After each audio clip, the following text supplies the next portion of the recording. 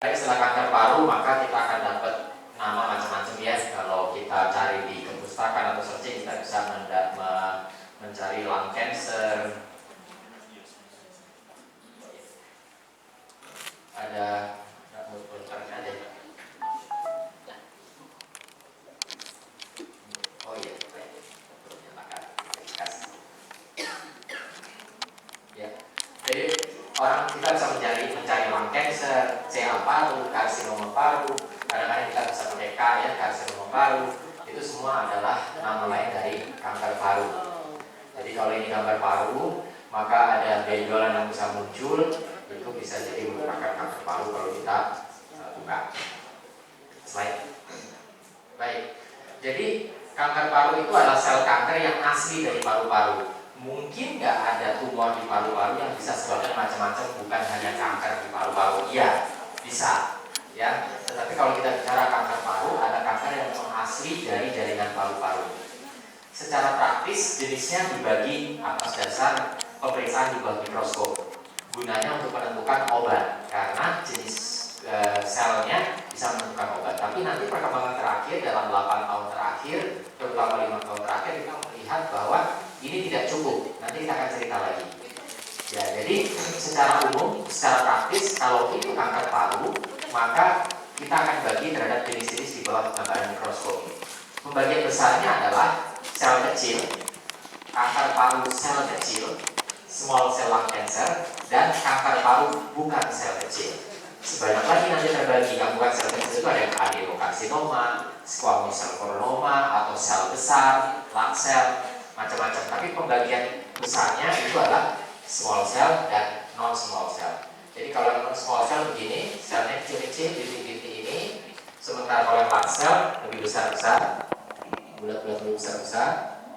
Dan ada juga yang dari sel kelenjar, adenokarsinoma, ini gambaran kelenjar, jadi ada sel-selnya. Kemudian ada yang hampir mirip dengan small cell, tapi lebih besar sedikit dari small cell selnya, itu yang sel squamosa atau squamous cell. Yang paling banyak adalah tipe yang ini. Adenokarsinoma ini mungkin sekitar 70-80% itu adalah adenokarsinoma. Slide. Nah, ini kalau kita kompilasi seluruh tumor yang bisa sampai ke paru-paru. Yang tadi kita sebut itu hanya yang bagian ini. Jadi ada yang kemudian tumor jinak. Jadi kalau nemu benjolan di paru-paru atau foto ronsen ada benjolan, jangan buru-buru aduh udah divonis kanker, belum tentu ya. Masih bisa itu tumor jinak atau penyakit-penyakit tumor yang lain. Saya pernah dapat melanoma. Melanoma itu adalah kanker kulit. Kanker kulit tapi numbuhnya ternyata di paru-paru. Kulitnya nggak apa-apa, kulitnya mulus-mulus saja jenis tipe itu. Jadi bisa tipe-tipe yang lain yang aslinya. Nah juga bisa kanker dari bawaan lahir, itu germ cell karsinoma atau clear cell tumor, itu bisa dari ginjal, bukan penyebaran tapi numbuh di paru-paru. Ada juga secondary tumor itu maksudnya penyebaran ya, metastasis itu ada.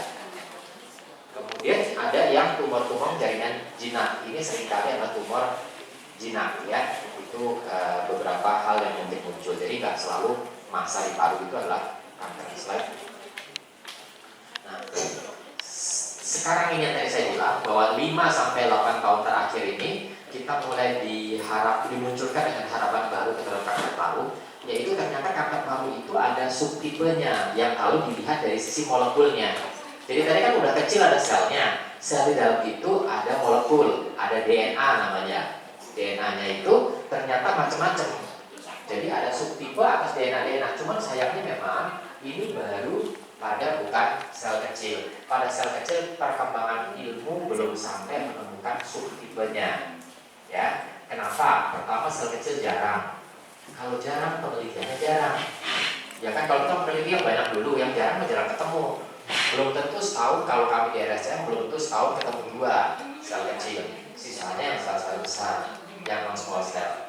Nah, kalau untuk yang non small cell, kita sudah banyak mutasi-mutasi gen. Ada gen EGFR namanya, ada gen ALK. Kemudian dari EGFR sendiri ternyata ada mutasi tertentu, yaitu mutasi pada asam amino T790. Ini menyebabkan kalau dulu obat kemoterapi itu diberikan untuk membunuh sel, ya. Kalau kemoterapi kan bapak-bapak ibu-ibu suka dengar efek samping kemoterapi itu dramatis. Ya, barangkali juga pernah ada yang mengalami efek kemoterapi.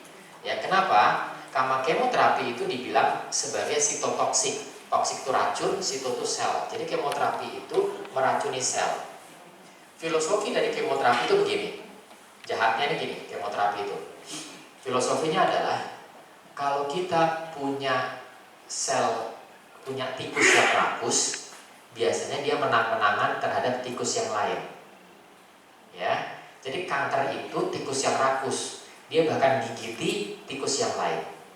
Nah, karena sifat dia yang rakus, makannya banyak, tikus lain nggak berani keluar gara-gara dia makan mulu, umpan dia yang makan. Jadi kalau kita kasih racun tikus, maka yang akan makan duluan adalah tikus yang rakus. Yang mati duluan tikus yang rakus. Tapi ada nggak kemungkinan tikus yang tidak kanker, tikus yang tidak terlalu rakus ikut makan? Iya, masih bisa.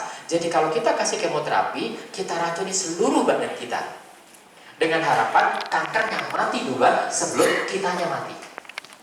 Begitu kankernya mati, kitanya masih bertahan, kemonya berhenti.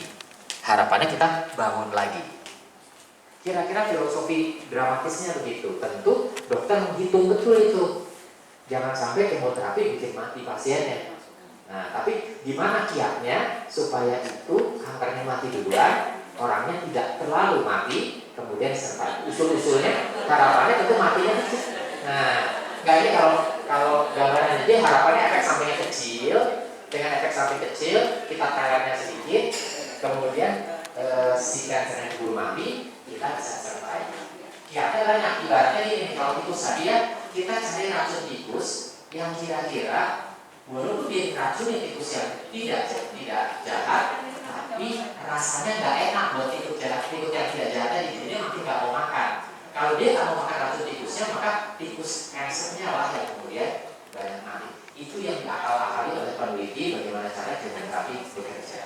Nah, tetapi yang jadi menarik adalah 8-5 tahun terakhir kita menemukan bahwa ada gen-gen tertentu yang kemudian bisa kita targetkan. Kalau kemoterapi tidak mentargetkan semua sel tubuh badan ditelerkan, hanya yang paling banyak makan obatnya paling teler. Kalau sekarang kita menemukan ada titik-titik gen tertentu, obatnya langsung di gen itu. Ya, karena itu kita nanti akan mengobati dengan istilah target. Nah, kalau kita bisa temukan ini, maka hanya sel yang punya gen itu yang kena, sisanya enggak. Dengan demikian otomatis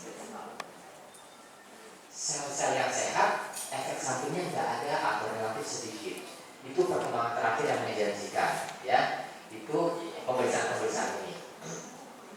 Jadi nanti ada non-small cell lung cancer dengan mutasi EGFR, tetapi tidak ada mutasi ALK, tidak ada mutasi TP90 tipe 1. Tipe lainnya adalah misalkan non-small cell lung cancer, hasil PA-nya, hasil patologinya, mikroskopnya, terus di molekulernya kita dapat ada mutasi EGFR TP90, tapi tidak ada mutasi ALK. Jadi nanti selnya ternyata beda-beda, obatnya bisa lebih spesifik. Slide. Nah, yang jadi masalah adalah saya harus akui di Indonesia. Nanti mohon mungkin teman-teman di sini bisa mengendorse dokter dari patologi anatomi kan nggak ada. Nanti kalau itu ngomong, tapi jangan bilang saya ngajarin.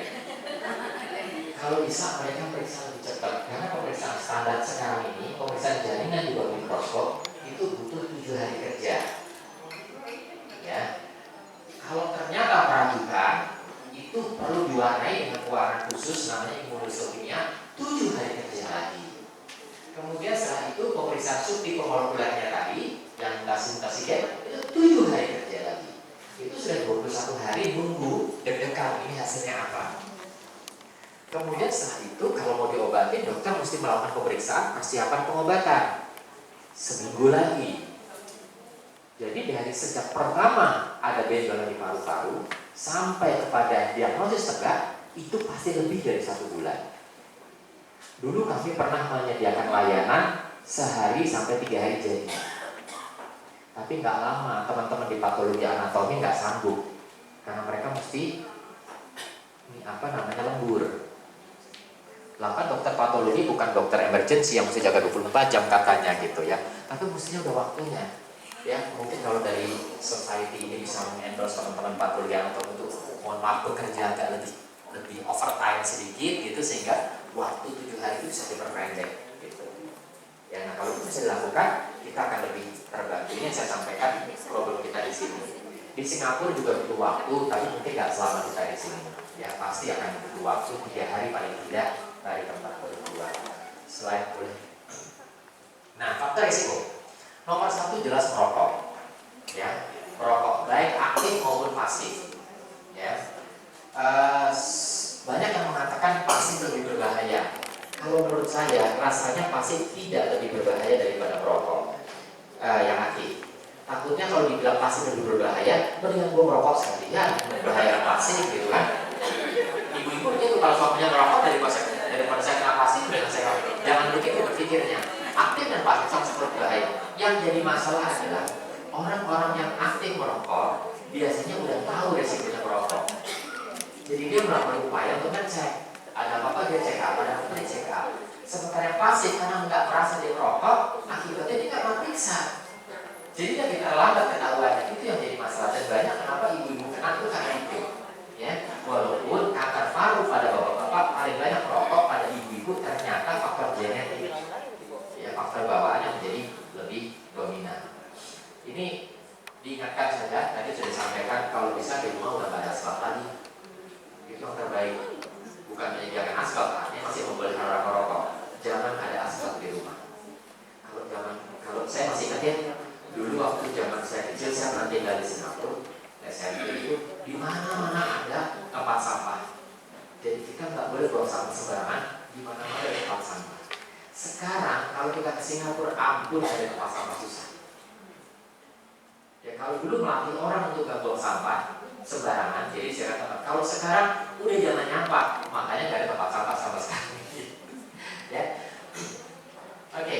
Yang lain adalah yang menjadi ramai sekarang adalah ternyata polusi lingkungan itu punya pengaruh terhadap kanker paru.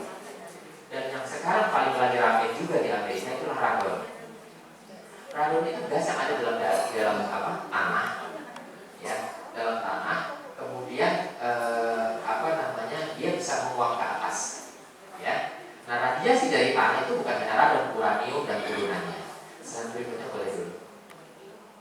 Saya bercerita sedikit. Sejak tahun 2011, Kemenkes sudah keluar untuk menuntut pengawasan terhadap lingkungan. Jadi maunya pengembang rumah itu sebelum mengembang rumah dia mesti cek dulu tanahnya. Ada alat uji radon itu yang simpel. Jadi setiap pengembang rumah dia mau bangun, lahannya didatengin, kemudian dia harus cek dulu. Ada semalam diuji, terus berapa uap radon dari bawah yang muncul. Kalau tinggi dia nggak boleh bangun real estate di situ. Ya, itu sudah maunya Menkes. Tapi yang jadi masalah pengembang tidak di bawah Departemen Kementerian Kesehatan. Pengembang itu di bawah Kementerian Perumahan Rakyat atau Pekerjaan Umum. Ya, jadi agak sulit pengawasannya. Itu kan kami akan mempertanyakan ini, tapi itu yang harus dilakukan. Jadi dari bawah sini, terutama pada tembus dari fondasi yang mungkin ada, terutama rumah-rumah yang punya basement, itu kalau di tanahnya ada, itu sangat-sangat berpengaruh. Nah, mungkin kalau tipnya lah, kalau kita mau beli rumah dibangunkan orang, misalkan real estate gitu, tanya aja ke pengembang, ada nggak uji lingkungannya? Saya yakin tidak, sampai sekarang belum semua melakukan. Ada sih yang melakukan, tapi tidak semua melakukan. Nah, kalau tidak melakukan ya terserah bagaimana Bapak Ibu sekalian memutuskan. Saya tertarik lokasinya apapun, saya masuk. Nah, itu ceritanya lain. Tapi kalau nggak mau, saya yang ada. Terus terang perubahan yang walaupun sudah mulai kita endorse dengan teman-teman di PU tentang ini, tapi memang belum semua bisa melakukan uji lingkungan itu. Susahnya gitu. Kalau lahan sudah dia beli, kan dia nggak akan melakukan uji itu sebelum lahan milik dia. Sudah dia bebaskan, dia beli, kemudian diuji ternyata positif, nggak jadi bangun, rugi dia. Nah ini problem pada sistem pengembangan kita. Boleh saya kembali Pak? Nah, yang lain adalah asbestos. Ini asbesnya, ini pada orang pekerja yang menggunakan asbes tentang konstruksi bangunan, juga galangan dan pertambangan. Ini asbes yang sering kali kita pakai, hati-hati. Ini kalau jangka mengandung serat-serat seperti ini itu merusak paru-paru dan merangsang timbulnya kanker paru. Yang lain adalah zat arsenik. Arsen itu sendiri racun yang sangat mematikan, tapi itu menjadi tidak mematikan ketika jumlahnya kecil dan arsenik. Yang jadi masalah ketika dia tidak mematikan, paparannya panjang. Kalau paparannya panjang, ujung-ujungnya kanker paru pada sekian lama ya. Seringkali berpelapis obat ya. Ini seringkali dipakai untuk pelapis obat. Kemudian di industri baja ada itu karbon aromatik, ada krom. Jangan lupa silika ya. Silika itu bisa jadi karena itu di sini kalau ada gel silika yang dipakai untuk pengering itu ada tulisan throw away. Itu dipakai toko supaya kalau misalkan dijual dia dalam posisi yang tetap tidak lembab, tidak jamur. Tapi kalau sudah mulai dipakai, buang saja. Tas kita mau dipakai, ngapain dipakai itu silika lagi? Buang itu silikanya. Hati-hati ini jangan dipakai, jangan terbuka. Kalau terbuka harus dibereskan, dibersihkan betul. Yang ini masih cukup aman karena biasanya ditutup memang sengaja untuk supaya debunya tidak keluar.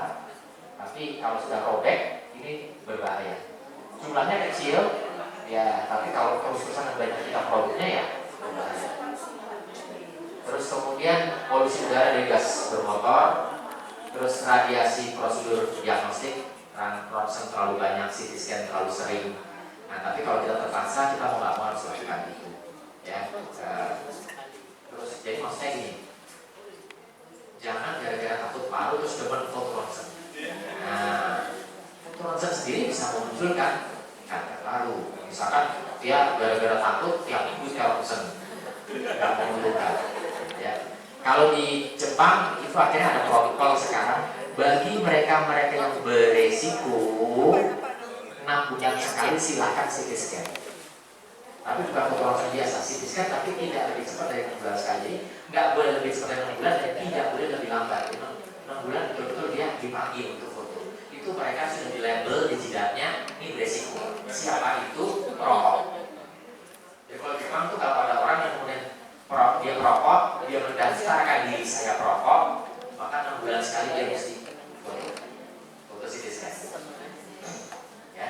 Yang lain yang masih jadi kontroversial sekarang adalah radiasi non-ionisasi. Itu saya telepon itu masih sampai sekarang belum ada buktinya, walaupun setelah kita curiga, tapi karena nggak ada buktinya saya nggak berbentuk apa-apa. Nanti kalau saya dulu nggak ada yang mau pakai handphone. Oke, slide. Terus, nah bagaimana kita mendiagnosisnya?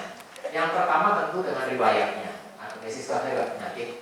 Yang jadi masalah kanker paru itu kalah dari kanker payudara dari sisi gejala awal.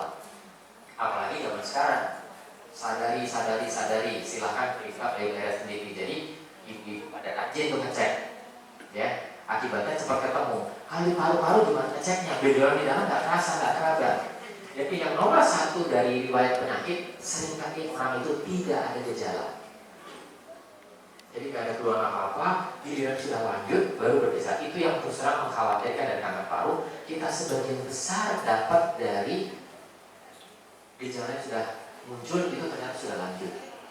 Yang lain adalah bisa batuk darah.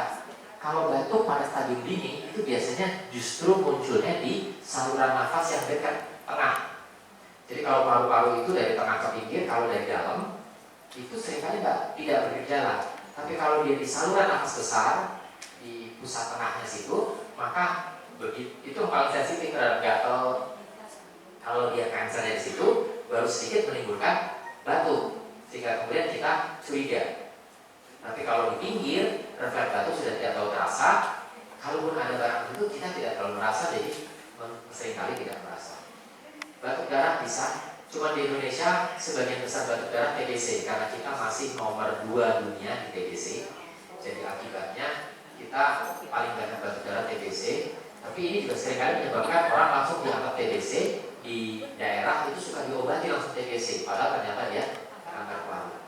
Dari dada bisa sesak nafas kalau sudah ada sumbatan atau besar sekali kankernya. Kalau kecil di pinggir nggak menimbulkan sesak nafas. Dari dada kalau dia nempel justru di dinding. Kalau tidak nempel di tengah-tengah nggak terasa. Kalau ada penyebaran maka gejala penyebarannya. Kalau nyebar di tulang, nyeri tulang. Kalau di otak, nyeri sakit otak. Kalau ada saraf suara di suara serak. Kalau kemudian di daerah kita suara mungkin sudah menelan dan kita sesak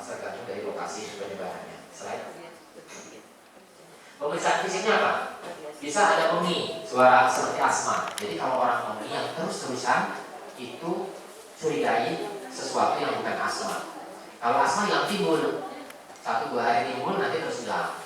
Ngik gitu ya. Kalau terus-menerus hati-hati, ini jangan-jangan ada sumbatan tumor. Bisa juga stridor. Stridor itu suara angsa, mengi tapi yang kasar dan keras, ya, suara soang. Kemudian bisa jadi paru-parunya timbul bisul, abses, itu nyeri di dada. Kemudian pada pemeriksaan fisik dokter bisa membedakan itu ada seperti ada abses. Terus parunya kuncup. Parunya kuncup itu bentuknya sesak napas. Kalau kita dengarkan suara, dokter akan mendengarkan itu bunyinya hilang karena parunya nggak ngembang, jadi nggak suara napas keluar masuk. Kemudian aritmi, jantungnya itu bisa gemetar jadi berdebar. Itu kalau tembus ke selaput jantung. Atau ada yang disebut sebagai sindroma vena cava superior. Jadi wajah leher itu bengkak.